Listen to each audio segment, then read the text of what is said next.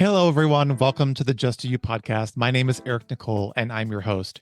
If you are a first time listener, welcome to the conversation. And if you're a regular, I'm honored that you've decided to join me for another episode. The Just to You podcast is centered around a network of conversations which are meant to connect us, to inspire us, to find our own confidence, our own voice, and to live our own truth. And who knows, we might even learn a little something new that ultimately allows us to live in the sweet spot that I like to call the Just Do You space of being. Each week, I have the privilege of sitting down for unscripted conversations with friends, family, colleagues, community leaders, and influencers that all share their own personal journeys. I hope that you enjoy our time together as much as I have. We are certainly going to laugh, and yes, we might even cry a little. But in the end, we're going to know that we're not alone during our life's journey. So, are you ready? Great, let's do this. Welcome to the conversation. All right, everyone, welcome to today's episode. I am super honored to have my guest on today. We met earlier this year at a Human Rights Campaign Fund gala dinner here in San Diego. It's the first time that I was actually able to attend that event because I'm usually traveling around that time. And I had the honor and privilege of sitting with some of the most extraordinary people that were introduced to me by our mutual friends. And through my interactions with this guest and some conversations, I invited her to be a guest on today. And here she is finally. So everyone, please give a warm welcome to Dr. Jailyn Avila. Hi, Jailyn. How are you? I'm doing well, and it was so lovely meeting you. That dinner was so much fun. The process leading up to it and dressing up is naturally my favorite thing to do in the whole world. And then everybody at our table is great, and everybody at every other table is great, and the speakers were amazing. If anybody listening is considering going to an HRC gala dinner, please go. It is amazing. It's life-changing. I will say that I think everybody needs to go to an HRC gala dinner. I don't think they should think about it. I think they should go Yeah, just do it. just do it because what I find so fascinating is we live in this very kind of insular world, right? San Diego has a dinner, LA, Washington, D.C., all the big cities have a dinner. And yet I've been to several and in different cities, and San Diego is a super special place. Obviously, we know that. It's where we call home, it's where we work. But I have to say that as well. I went and met some of the most extraordinary people, and I knew our hosts, our table hosts, but the speakers left me with this amazing sense of pride, although I already am very proud of who I am and who we are as a community. It's when you hear that larger organizations and people outside of your circle are fighting for our community and stand for our community and are out there to make sure that we are accepted and seen and respected and loved. It is a powerful place to be, and it really is great. Our table, I think, was the best, but we'll just keep that to ourselves. Those two tables were full of great people. But I invited you on today, number one, because I was taken by you and your wife, a beautiful Oh, couple. You're incredibly tall and incredibly thank beautiful. you. And I don't normally say that to a lot of people, being 6'4" myself, but I Yeah. instantly started to respond to your energy. And as I did some research and kind of found out who you are and what you're up to for our listeners, Dr. Avila is extraordinary. And I want to just read a brief little intro and then we're going to launch into the conversation. As I did my homework, as I always do, I was teasing with Jayla earlier. It's quite long and quite impressive. So I scaled it down to a few Thank sentences. you. But Dr. Avila is a board certified emergency physician with an extraordinary amount of experience in emergency ultrasound. She has more than a decade of academic medicine experience. She's trained clinicians. She's created curriculum for these leading institutions, and she's delivered hundreds of workshops and lectures worldwide that revolve around ultrasound and LGBTQ plus healthcare.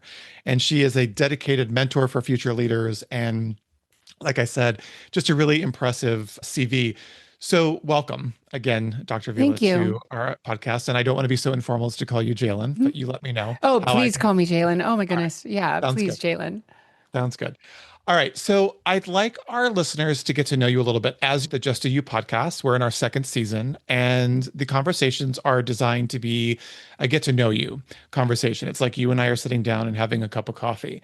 And so I always like to take my guests back because as we talk about just do you, just being you and finding that authentic space, I have found so fascinating through a course of, I want to say, about 80 episodes at this point, people's journey and where they come from is super important. So if you could give us just a little glimpse of the young Jailyn, where did you grow up? What was family life like? Brothers, sisters, mom and dad? Give us a little bit of Mhm. hint of that, and then we'll weave our way through to current.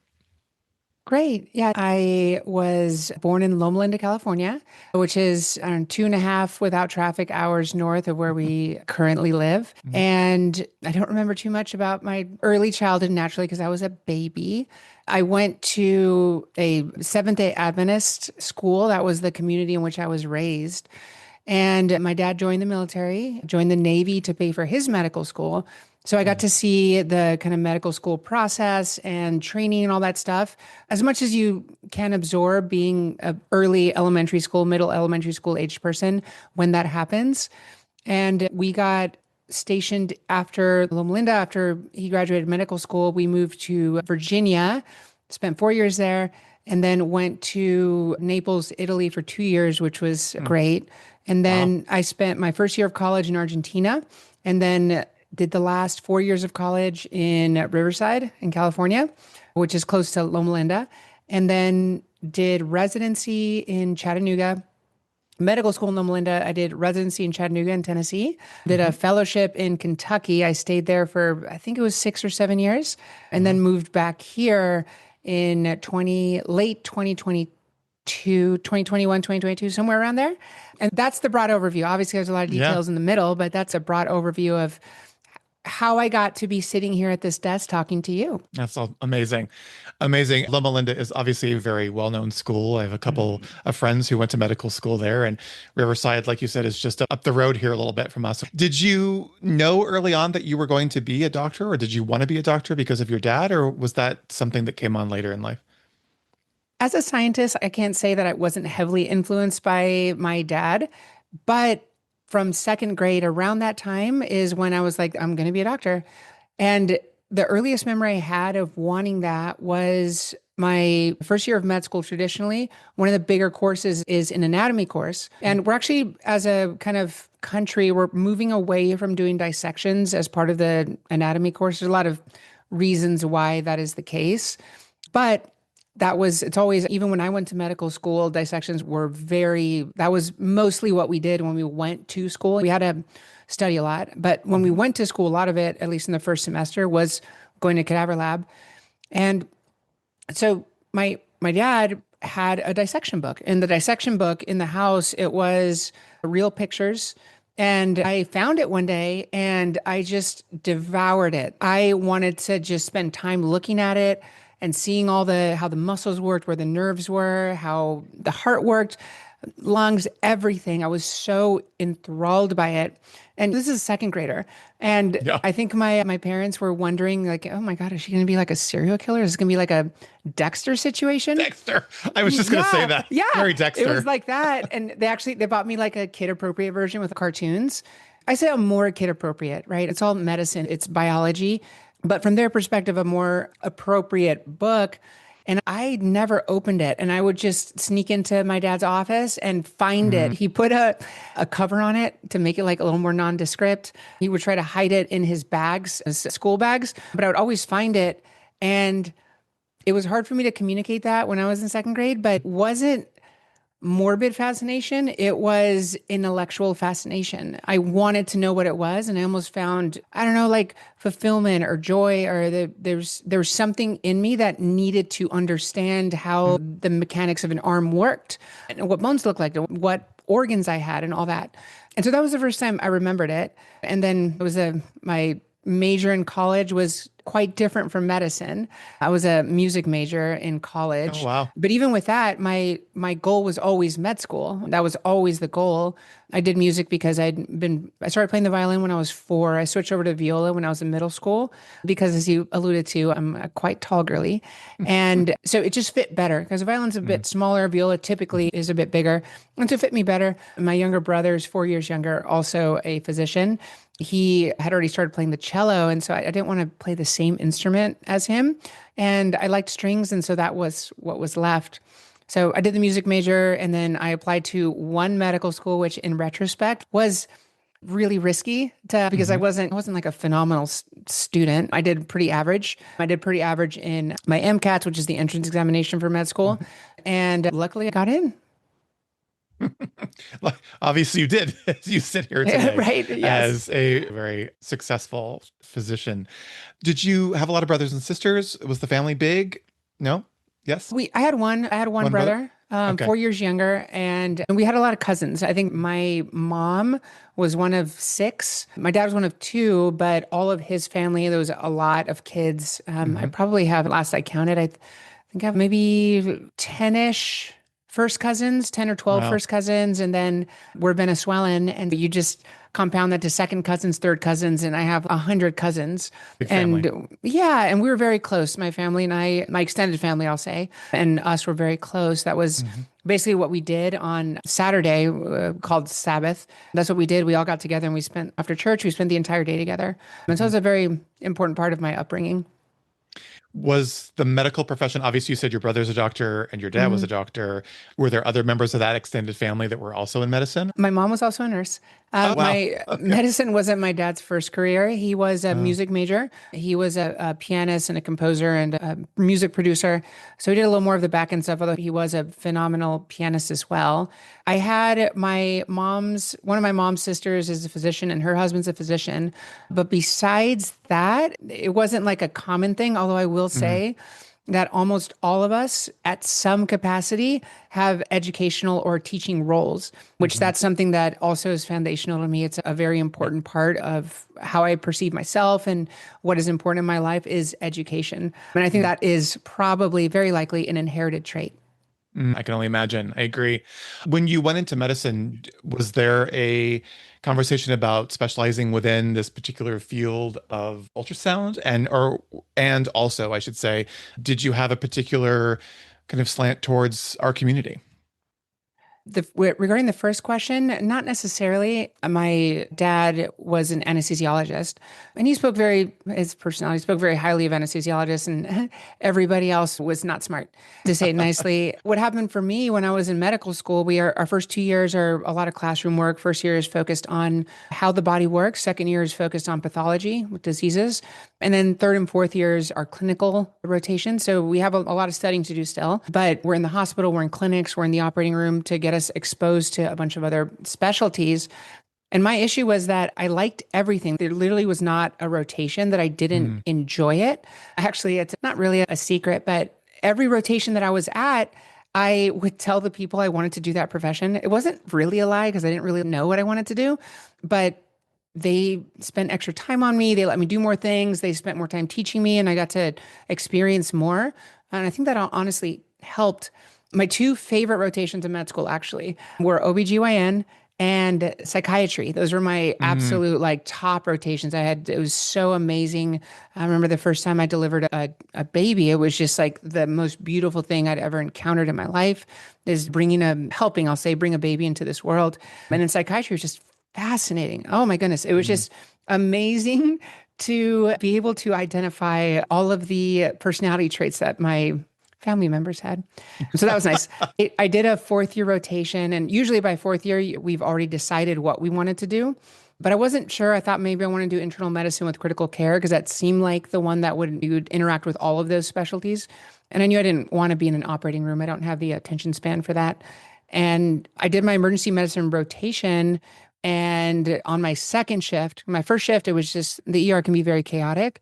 And so my first shift, I was just a little surprised, I guess, at the chaos. But by my second shift, I was like, oh my goodness, this is it. This is what I want to do. I Mm. mean, there's a bunch of lifestyle stuff that fit really well with how I wanted to be an adult. And so to answer your question, it wasn't really like I always wanted to do that. It's I always wanted to be a doctor. And then I discovered emergency medicine. And then after that, I discovered the importance of bedside ultrasound and how helpful it can be with really any patient. And ultrasound is something that can be used in any specialty. I'd say probably not pathology, I imagine, Mhm. because I mean, they don't always like need to do any interactions with patients.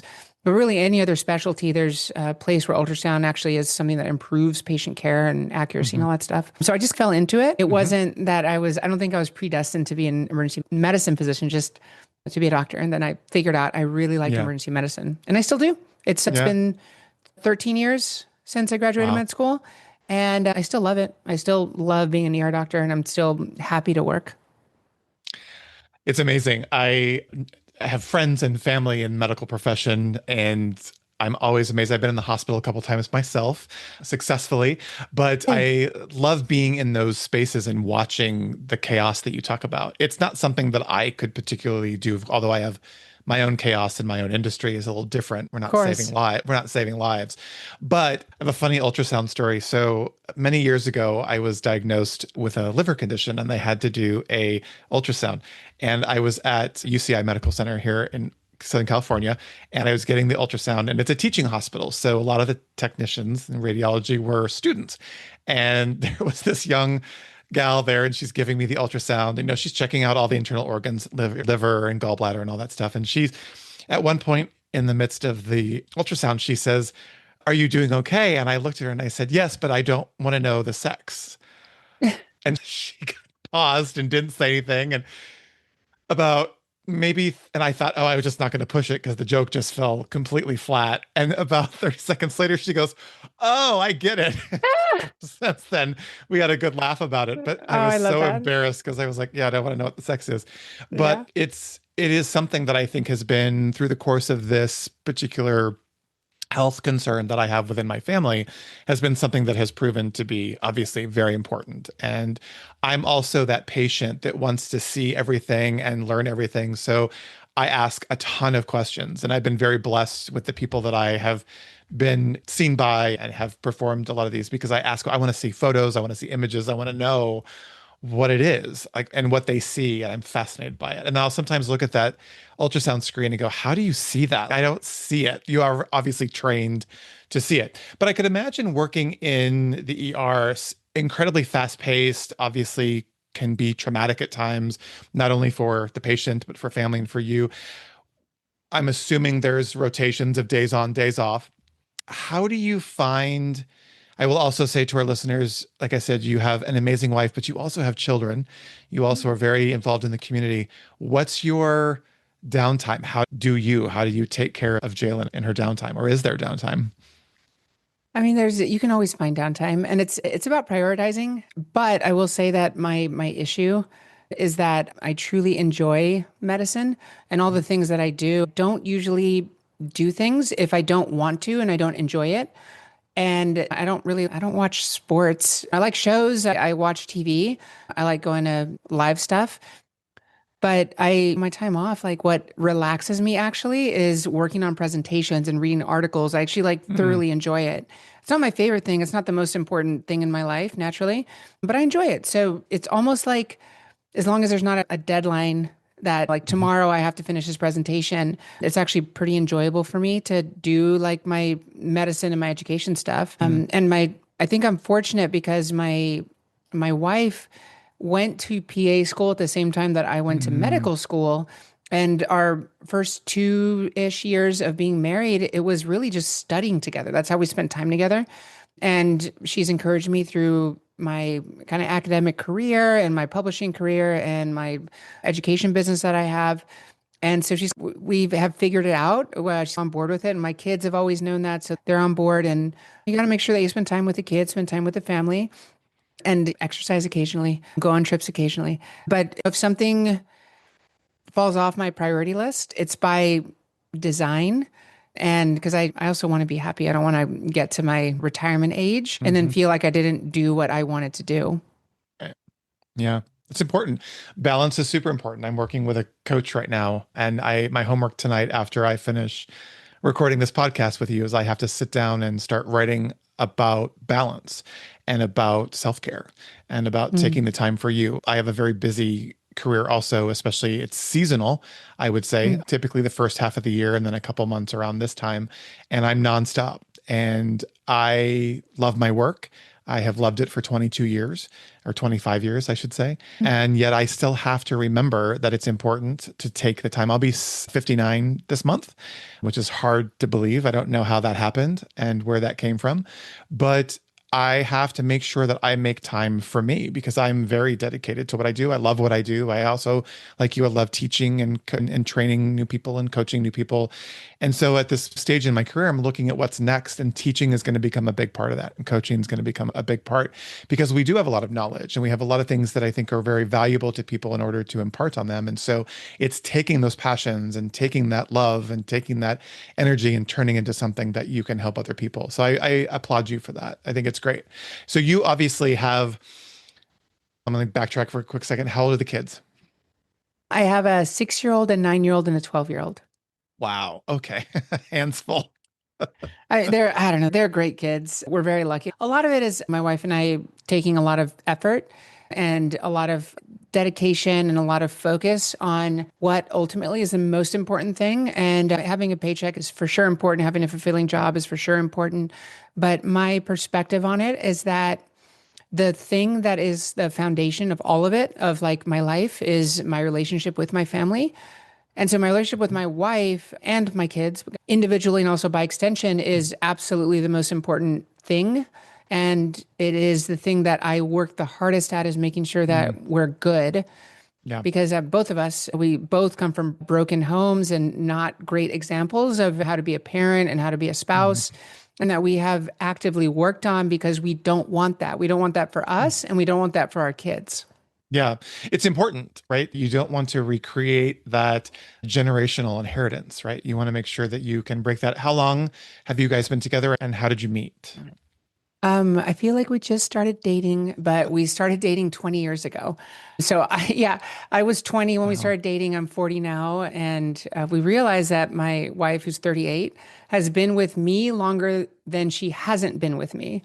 And Oh. we've gone through a lot of ups and downs. The way that I present now is definitely not what she signed up for Mm. initially.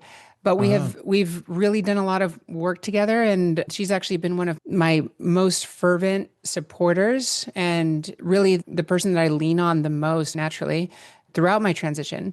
And I'm so fortunate because most, in my experience at least, I don't know any actual statistics, but most of us that transition later in life, like I did, most of us don't survive with intact families. Most of Yeah. the time, it seems to not work out. So I'm fortunate, and even more, I'm so focused on the relationship because we've gone through this difficult thing and it made us so much Yeah. closer.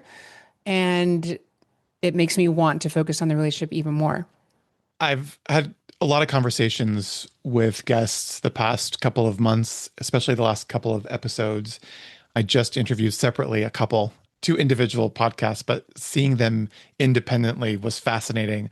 Seeing them as a couple is even more extraordinary. And so they too obviously have been through tremendous roadblocks and potholes as we all go through. And what I think is so powerful is that relationships take work. Even without circumstances, relationships take work. It takes communication, it takes dedication, it takes commitment, it takes being open. And I have really been in this inquiry and taking in all that I can on relationships that have survived the test of time. Mine, unfortunately, didn't. There were circumstances in which my ex-husband decided and made decisions without me, and I had no say and no choice. And I think to this day, I wonder what it would have been like if we had been able to kind of navigate the difficult time and push through it, because I know that's something that I would have loved to have done and was willing to do.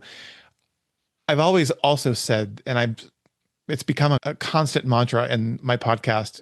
I think because of the theme of just being yourself and finding that authentic space, is that Hmm. who we are in the world are not our circumstances. You're right. Our circumstances shape us, they don't define us. And so when you go through something, and I also want to preface and be very careful in saying that we never compare circumstances to each other. Everyone's circumstances and the situations that they go through are independent on their own because each individual is themselves. And so that takes on a whole new dynamic in and of itself. So I'm really proud, and I use that word specifically, that you and your wife have been able to navigate that space because many people will give up. And especially on something major, if I can use that word, as a transition, right? I think it's great. And I think it's important to know that there is that possibility to create a really wonderful foundation and a very strong marriage and partnership, especially when you have kids. So, congratulations on that. I think it's really wonderful. Thank you. What was the first thing that you saw, and what was the first thing you loved about her when you met her? So About I who she, was, yeah, you met her. She's great. yeah. She's the best. So I guess the first actual memory that I have was I was a junior in college, and my friend asked me like, "Hey, do you want to be a counselor at the freshman retreat? It's a weekend camp before school starts for the incoming Hmm. freshmen." And I was like, "No, like why do I want to do that? That sounds like work." And he goes, "But there's going to be girls there." And I was like, "Oh, that's right." And so I signed up, and all throughout the orientation, we were told specifically, don't go to meet girls, don't go to meet girls. And I was like, okay, but like I went to meet girls naturally. And I remember we had to all, it was like a camp, like a lodge. And there were these tables that were set up in the cafeteria, almost like a park, like picnic table, that kind of a setup. And they had all of the counselors sit like each in individual Mm, spots at a table. before the campers came in, before the freshmen came in, so that there would be a counselor at every table. And so I got to see all of the freshmen come in because they all came in through a door. And I remember seeing her and being Mm, like, she's hot. And so tried, it was just hard because everything was structured. It was really hard for hmm. me to organically meet her and talk to her. I was like, all right, well, I guess it'll happen during the school year. One of the last days, we got split up into kind of club workshops. And the one that I went to was the drama workshop. And she just showed up without her. She had been walking around with a bunch of friends the rest of the time, and she showed up on her own by Mm, herself. And then there was a lot of, she came late, and there was a lot of people, there's a lot of other things going on. And then she just was like, oh, I guess there's nothing here for me. And then she started walking away. She walks down the pathway out of the little cabin where we were at for the drama workshop.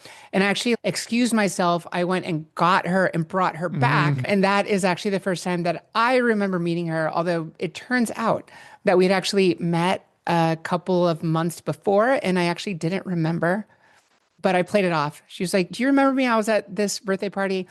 And I was like, oh, yeah, I totally remember. I did not remember. So the first time we met was actually a couple of months before that. But the time I remember was she was just coming into college and I was a junior. We went surfing for our first date and we've been together ever since. I love it. That's so cool. What do Thank you think you. she would say about the first time she met you? What do you think she would say? I'll tell you because we've talked about it. The birthday party that we went to was the person who now is my sister-in-law, which is Okay. amazing because she married my wife's brother. Okay. And I actually knew this person since I was like 4 years old because we went to the same Mm, church, we went to the same school. And so she's one of my oldest friends. And so when we went on that first date, Shanna asked her, hey, what do you think of Jailyn? And my now sister-in-law said that be careful because she's a bit of a flirt. And so Shannon was a little discouraged, but then after we went on our date and after everything, I was like, no, this is a date. This is not me being nice, like wanting to include you as a freshman. I like you. And then a few months later, we started dating, officially dating, we'll oh, say. I love Yeah. that. I love that. So she thought I I was a flirt, all that to say, which I know why she thought that now. It makes perfect sense why she thought I was a flirt now, because I didn't really think of myself as a flirt back then. But yeah, that was when we met. That's awesome. And how long did you date before you got married? I think it was 4 years. I think Mhm. no, we dated for 2 years and then got married. And then it was, I think, 4 years later when we had our first kid, I think. So 6 years Okay. before our first kid, and then 2 years, and then we got married, which I think is That's appropriate. yeah. That's enough. No, it's great. It's great. No, I think it's wonderful. I love it. It's the one thing that I don't want to say I regret because I have no regrets, truly. But I think it's the one thing that I miss was not having children because I thought that my marriage, there would be an opportunity for kids. Unfortunately, my ex-husband did not want to have children, and that's probably something we should have discussed early on, not later on. But it was at the time not a deal breaker for me, but I Mm. am recently surrounded by kids, and we just had a new baby in our family as well. Aw. And there's a part of me that's a little sad. And then I'll be in a restaurant with friends and I'll see kids really act up, but I'm like, okay, maybe I'm not so sad I'm not a parent. I'll just support them and play with them and be a great gunkle, which makes more Yeah. sense at this point. But I'm, I will say that it's the one thing that I think consistently about because I think I would have been a really good dad, and that would have been something that I I really can wanted to share definitely with see everyone. that. Definitely Yeah. see that. Of course, everyone says that it's not the same, I know, but everyone says that I'm a dad already because I have a very spoiled 13-year-old black lab who is more spoiled than any child I think would ever be. Oh, But that's okay. It's just she and I. yeah. She's laying on the floor right now snoring. So she turns 13 on Saturday. Oh, happy And birthday. I know she's going to be celebrated before I have to drop her off at the kennel to go Yeah, travel that's as right. I She'll do. just get a cake. She'll just get a little doggy She treat and then not really be happy and then not really know what's going on. So she just went to the vet to get a checkup, and the vet said, I think you need to lay off the treats because she's gained a little weight. So she's gained Oh, 7 pounds since the last time she oh was my there. goodness. She's an old lady, so she gets some treats. Anyway, Yeah, she gets treats. I'm getting way off We target, but love sweet treats, though. Listen, I am 100% on board with sweet treats in any capacity to any type of creature.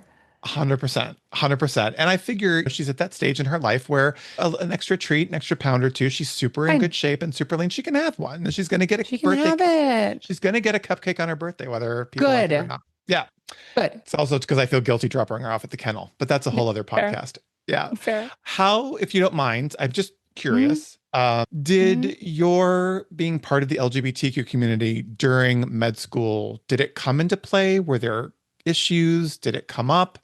I'm just curious how that plays into your journey to finding yourself and to being this confident and being so secure. So I wasn't on the outside part of the queer community until 4 or 5 years ago. Oh, I transitioned quite late. I started transitioning in my mid 30s. And so at the time, I wasn't in the community. got it. And I was raised in I mentioned my dad was an Mhm. immigrant, my military, extremely conservative Christian. When I was in college, my dad threatened to take my car away because I went to the beach on Sabbath, which was against the rules. And I was in college. I was essentially grown up.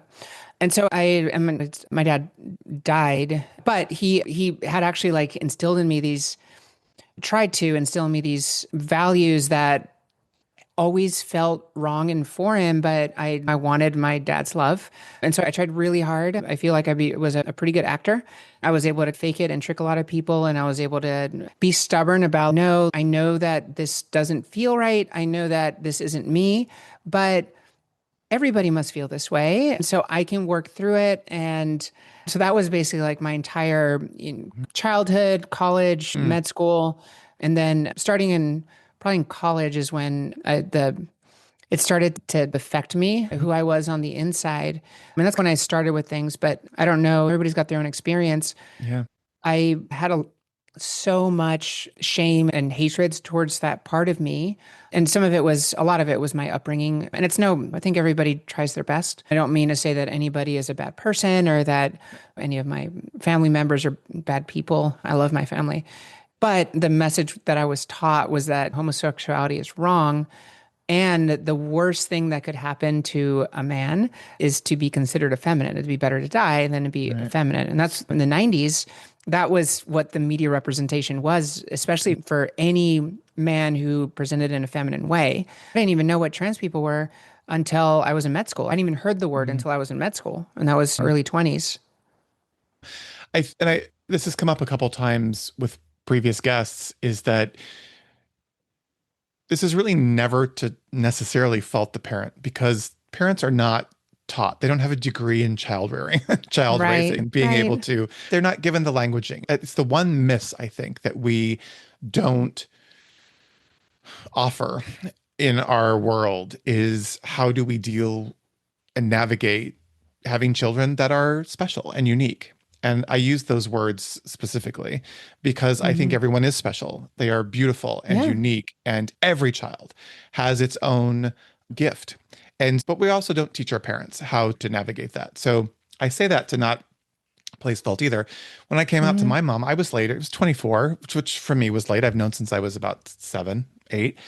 I was terrified, the shame and the guilt. And we talked a lot about this on last week's podcast was how do we navigate and how do we unpack that shame and guilt as we move through our adult life? And wouldn't it be amazing if we had been taught those things early on? And then we find ourselves at this kind of juncture in our life to be able to say, this is just it's a part of me, it's a part of who I am. Does that make sense? So I think, like you said, your parents did the best they could. It's really about you and how you're feeling in your process and your journey. And that's the part that I think is most misunderstood by the general public who don't know someone who is Mm, part of the LGBTQI community, is that what we go through to get to the place to where we can either come out, or we can come out and then transition, or come out and turn around and head right back in. Whatever the case may be, that's up to us. And that's up right. to our own path and our own journey. It would certainly help if the people around us and the world around us was just there allowing that free expression and that creativity to come and that uniqueness and that specialness to come out. So I always say when people tell me that they're either coming out or transition was late in life, that's just what it was. That's just Yeah. what it was. And I think it's a gift because you now get to live in that space and in that body that feels like home and feels like you. And I don't know that anybody can express what that feels like unless they've been through coming out or transition. That once you have that feeling, I interviewed very early on in the podcast, and I think I may have shared this with you. It surprised me that his podcast is still the number one downloaded and listened to podcast of all the episodes of both seasons. And it was him talking about his transition from female to male. Mm, And that surprised me because I thought it would be all the kind of lovey, warm, fuzzy kumbaya moments of, right? And this yeah. story has changed people. And I get more comments on that. So I was pleasantly surprised and happy that we were able to provide that story and to be able to provide that opportunity. He'd never told the story publicly before. Wow. And what it did for me as a host and also a member of the community was I didn't know a lot of trans people before. I knew that it existed, but I didn't know a lot Hmm. of trans people. And it was my own, and I say this very confidently, it was my own fear, my own internalized homophobia, if you will, about Hmm. other members of the community. Because when you grow up in this community, even inside of the community as a gay, cisgendered white male, that's Hmm. predominantly what, right? And Hmm. when I would go out or I would be out in the community, I'd be like, where are the lesbians? Where are the trans people? Where are the Right. people of color? Where is all of this diversity that we have in this diverse community? And it Hmm. wasn't until moving to San Diego and starting an organization that was dedicated to the community coming together and networking. And I remember saying to the person who approached me to found it, that just launch it, it'll happen. And I said, no, if I Hmm. don't have representation of the community, and that means everybody, every letter of the acronym and every Oh, that's color you can amazing. imagine, because I didn't want it to just be another bunch of gay white guys standing in a bar eating cute cheese talking about their businesses. I wanted it to be Hmm. about this community. And through that, what was so beautiful was getting to meet an entire segment of the community, the trans community, that I had never really sat and had a conversation with. And I was embarrassed by that. I'm not anymore, but I was embarrassed by that because I just didn't know how to relate and to communicate. And I will say this honestly, I love my trans friends and I love my trans Oh, family because what I love about them is they are really, truly the epitome of this just do you space of being because of what they've had to go through. I want it to be okay and acceptable and happy and celebrated for everyone else. So when you did decide to transition, yeah. you mentioned your wife, kids were also in play already, right? Yes, they Yeah. were. Yeah. So did you personally, don't have to talk about the kids because I don't go there in our Mhm. conversation. For you, was that a difficult conversation to navigate for you and how that was going to go? Yeah, yes, I'm very happy to answer that question. I do want to acknowledge what you've said, and I Mhm. appreciate that insight. But I will say that, man, I love a I love a cisgender gay man. They're so fun. I like every aspect of our community, just like you were saying. And statistically speaking, as trans people, we're the out of the we'll say the I don't know the top four. We're the smallest subset. We're about 1% of the population, Mhm. whereas queer people in general are a little above 8%. And one of the things is that it's quite difficult, especially later in life. It takes a lot. Although I will say that sometimes when I hear, because I got this early on, I got a lot of from my cishet friends, you're so brave. From my perspective, it really wasn't bravery Mm, because I wouldn't have survived much longer if I hadn't been able to be the way that I was. I was pretty successful by all outside metrics, very successful. I had a great job, great house. I had kids, I had a wife. I had really by objective measures, like I said, things were great, but mhm, I felt worse and worse. And I was angry mhm, and angrier. And I started not finding joy in the things that I should be finding joy in. And it took a lot of work and it took a lot of therapy, which, I mean, even mhm. if you feel like you're doing great, everybody should go to therapy. It's so nice. Oh yeah. It was tough because I'd gone through this, I call it testosterone poisoning. I've heard it say a testosterone driven puberty. Mm, And I looked very masculine. I'd also been working out since I was a teenager. And so I was quite fit. I'd off pod. I don't enjoy seeing pictures of myself before because it's not me. But I'll show you. I worked out lots of weightlifting, lots of gym stuff because I wanted to be in that space because I that's what everybody told me I needed to be in. And so all that being said, when I was 19, I grew a full beard and I like didn't shave it until my transition. And so wow. it was so much effort. And this is my privilege. I have medical knowledge and Mhm, I'm not by no means a hospital administrator or an insurance company, but mhm, physicians make a decent amount of money. And I had access to those things on top of I guess, drive to know that this is what I needed to do for myself and I needed to do this for my mhm, family because I was becoming miserable. Over the course of years, I was just becoming more and mhm. more insufferable for my family. And it took a lot of work. I mean, I need to calculate it one day, but I've had probably 40 to 60 laser sessions of my face. I've had, just like everybody, a bunch of Botox. I've also had a lot of Mhm. filler. I've had skull and jaw shaved, which is the most painful thing I've ever done, which I would do again in a heartbeat. Wow. I'd do it if it was 20 times worse. I'd do it again. I've had three surgeries so far. I've had to learn how to dress appropriately. I've learned how to dress for my body. I've learned mannerisms. I've learned voice, which is my voice right now. Once you go through a testosterone driven puberty, that's where your voice is naturally, we'll say. And so my voice right now is voice training. And I'm Mm, thinking right now, this is a conceited effort for me to speak this way. So it takes so much work. And part of me thinks about it and thinks, how much different would it be? And I hesitate to say better because it's just different. And like you, I try not to live with regrets. But how different would it have been when I was 7 years old and I started feeling this way, when I started sneaking into my mom's closet and putting on her clothes and realizing how good it felt and how foreign boys' clothing and men's clothing mhm, fit on me? How nice would it have been to not have to go through all that? But I'm happy. I'm thankful. I feel fulfilled. And also, I wouldn't have my kids. And my kids are the tied for the most important thing in my life besides my mhm, wife. And so it's like you never know. I think it's okay to consider it, mhm. but I think I mentioned I grew up Seventh day Adventist, but I'm not religious anymore. And I still think that things happen for a reason. It might be that you learn from it and you adapt, and that's the reason, or it might be that was the life path. I don't know. But yeah, I do think about this a lot. I think I about like transition and mhm. timing and all that stuff. Yeah, but I agree with you. I'm a firm believer in that things happen for a reason. I also am the believer, and I'm very spiritual. I'm not very religious, but I believe a lot Mm, in higher power and all that in the universe in terms of creation, and that's just me. But I do believe that when we make a statement, even if it's to ourselves, at whatever age, the universe basically aligns with that declaration and that statement. And then what happens is life happens, and the journey that we go through is testing us to see who we're going to be in the face of all matters, right? yep. Any and all matters, and how are we going to respond, and how are we going to treat people, and most importantly, how are we going to treat ourselves? And I think that's something that's super important, is that we learn how to treat ourselves. And it's in that process. I was terrified coming out. That's why I didn't come out till I was 24. And I even lied to my mom as I was coming out to Mm, make the lie bigger than being gay. And I've shared this a couple wow. times on the podcast My goodness. because I wanted my mom to not have the gay part be the hard part. It's, oh my gosh, had you not come out, you might not still be here.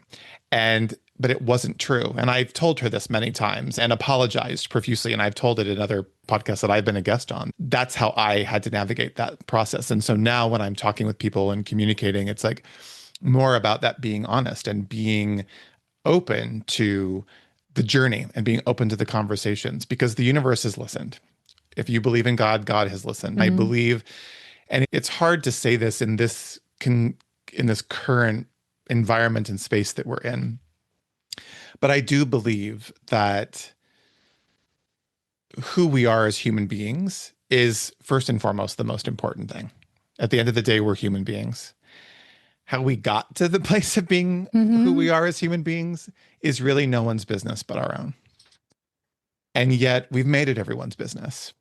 And, or I should say, Yeah. they've made it their business. Right. And it's turned into something that has, in my opinion, created so much more stress and anxiety and pain and hurt because it's already difficult enough to come to terms with your own being to then share it with people that you love and the world in hopes that they will accept you. And so, a question that I have for you is obviously the trans community is under great attack. It has been for a while now. If there is someone sitting at home that's listening that has a trans child or it's trans themselves or thinking about transitioning, do you have some words of wisdom that you would tell them about finding the courage and finding the space to be themselves? Yeah, that's a great question. I think to a trans person or someone who's trying to come out, a trans person or a cis queer Mhm. person, I think the main thing is utmost is safety. Naturally, there's situations in which it's unsafe. That's the first thing, and then the second thing would be believing yourself, believing what your truth is, and Mhm. exploring that. So it's not like you just think something and then you do it. It's because that's not how I am. I will say externally, that's how people perceived it because it was to many people that I didn't share any of my thoughts and my feelings and the fact that what I called at the time cross-dressed since I was a child. Most people didn't know that, but I had been Mhm. thinking about it. I'd been working through it. I'd been going to therapy about it for years. And Mhm. so I needed to make sure that I wanted to do it and that it was the right thing for me. I considered all options. I considered just being a crossdresser, which there's nothing wrong with that. I'm like Mhm. thankful that there are people that crossdress. It's amazing. Yeah. I also considered gender fluidity or being non-binary, and that didn't fit either. Mhm. And so I figured out almost like in a scientific method that I needed to transition. I learned a lot. There's a lot of YouTubes. And it's really Mhm. trusting yourself. Now, for family members, it's funny because when I won't say specific family members, but there Yeah. were specific family members who I was very close with, extremely close with.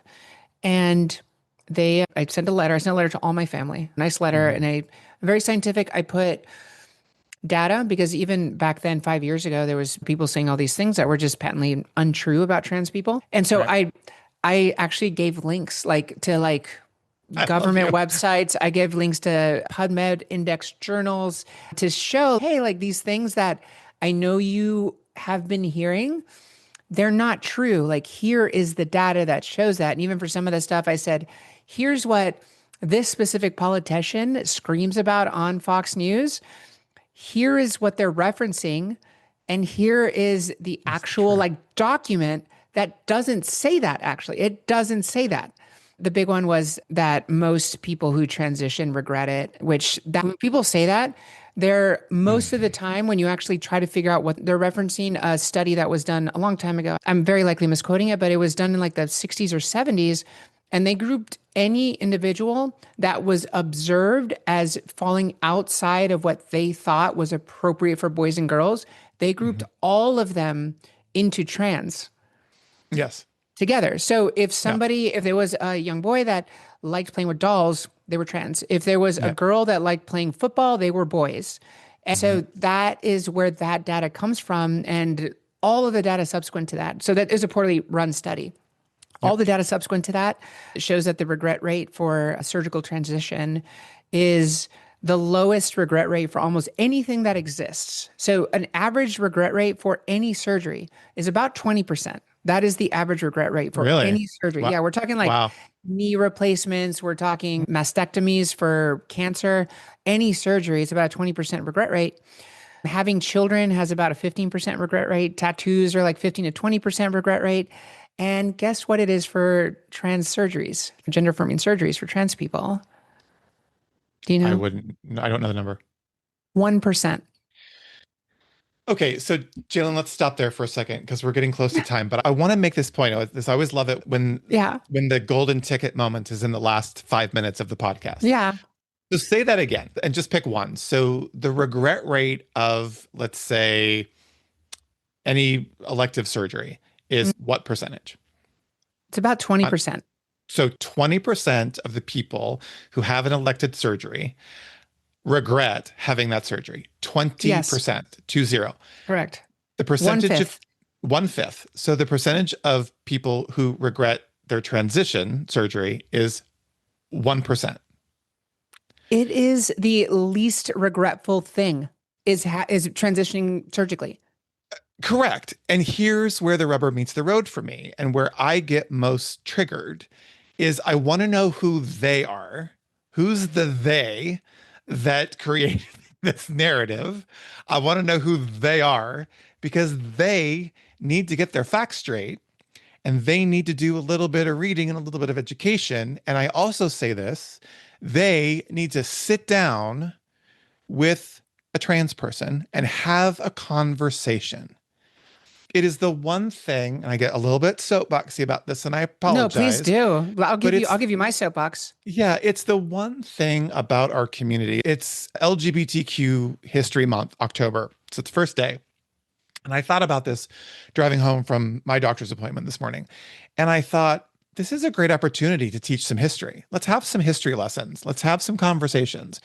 They're all too busy out there doing what they're doing, but let's have some conversations because for me personally, as a member of the community, like I said, it wasn't until I sat down with Archer and had a conversation with him that I came out the conversation on the other side, learning something, number one, but having the utmost respect and the admiration and the awe of somebody who is 1% of the community and is just wanting to live their lives and That's just be it. themselves. It is That's it. no more than that. And not we, they, the theys have Mm-hmm. created this narrative around, and I'm not even going to repeat it because it doesn't deserve Mm-hmm. repeating, but calling us particular names is all about a lack of education and a lack of experience and a lack of exposure to the community. And I believe that across the entire LGBTQ spectrum. It happens sometimes within our own community as well. I've interviewed a couple people who have talked about Mm-hmm. internalized homophobia within the community. That's bad enough that we have to navigate that, or tough enough. I shouldn't say bad, but tough Mm-hmm. enough. And I will correct something that I said earlier. I am all in love with my cisgendered white men. Don't get me wrong.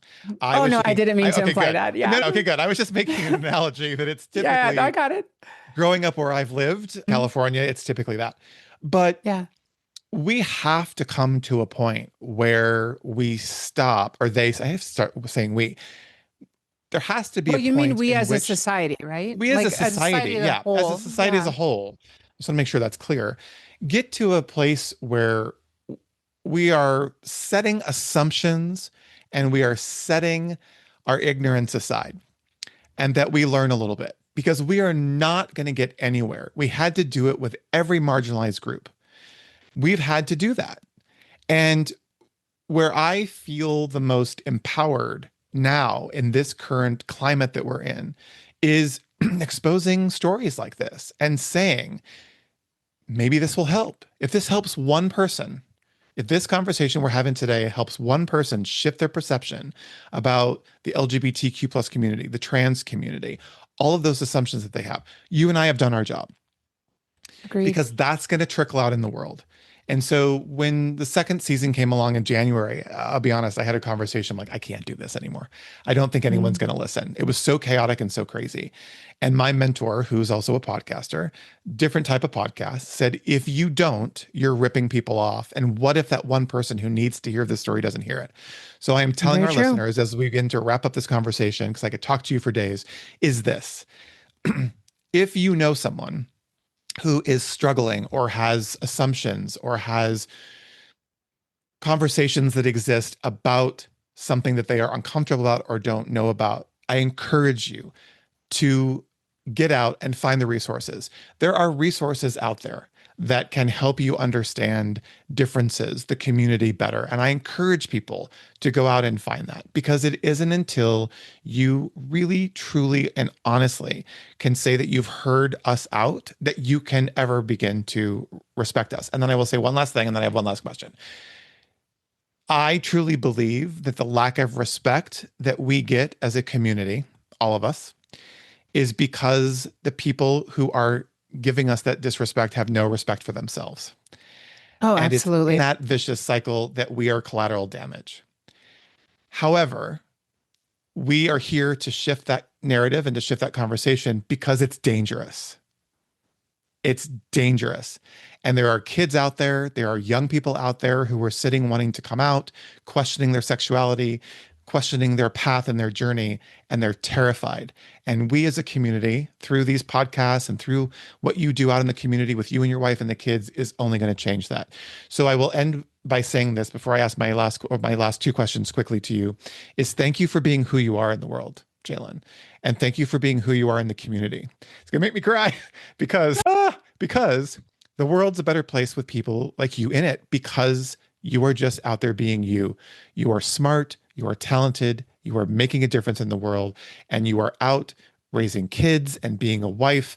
And I love that. So I'm super blessed to have you on the podcast. You are welcome back Thank you. anytime. Oh my goodness. Anytime. Thank There's you. so much to talk about because there were some articles I was reading. I'm like, oh, I want to know more about that. But that's a whole other Yeah. podcast. So, two final questions before we wrap up. I know you've got kiddos to get to. What's next for Dr. Avila? Yeah, keep doing what I'm doing. Ultrasound is my main thing, emergency medicine, but I've definitely been shifting into more advocacy work. I'm happy to speak with groups of people. I'm happy to be as open as I'm comfortable being about my journey because, as you said, it's helpful for people to Mhm, understand that. And really, just quickly, all it takes is a quick Google. If mhm, you just Google what is the regret rate for transgender surgeries, the meta analysis and systematic review that's published in scientific papers, there's a few of these articles are easily discoverable. So that what's frustrating to me is that the data that utterly disproves a lot of this discourse is so easily accessible. But instead of trying to ask the questions, they're just saying, hey, why am I being manipulated to hate a group of people? It's accepted and it's normal where just even if you just Googled it, it'd be great to talk to a trans person. And I like talking. Just Google it, like not Facebook groups, not mhm, Fox News, not people who have a proven track record of lying and being unapologetic about gross misrepresentation and yeah. lying. Maybe look up independent sources. The data is all there. And I Mhm, will say, I'll speak for myself. I don't actually care what your kid is. I don't mhm, care what you are. I don't care what any part of you.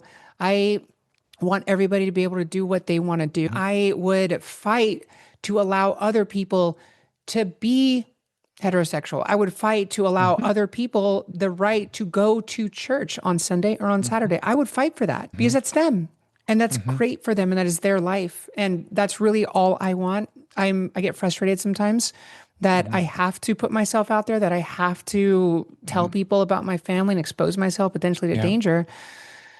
But someday I truly believe that it won't be necessary and I can just blend in with society, which is ultimately what my personal goal is. My most important identity is that of a woman.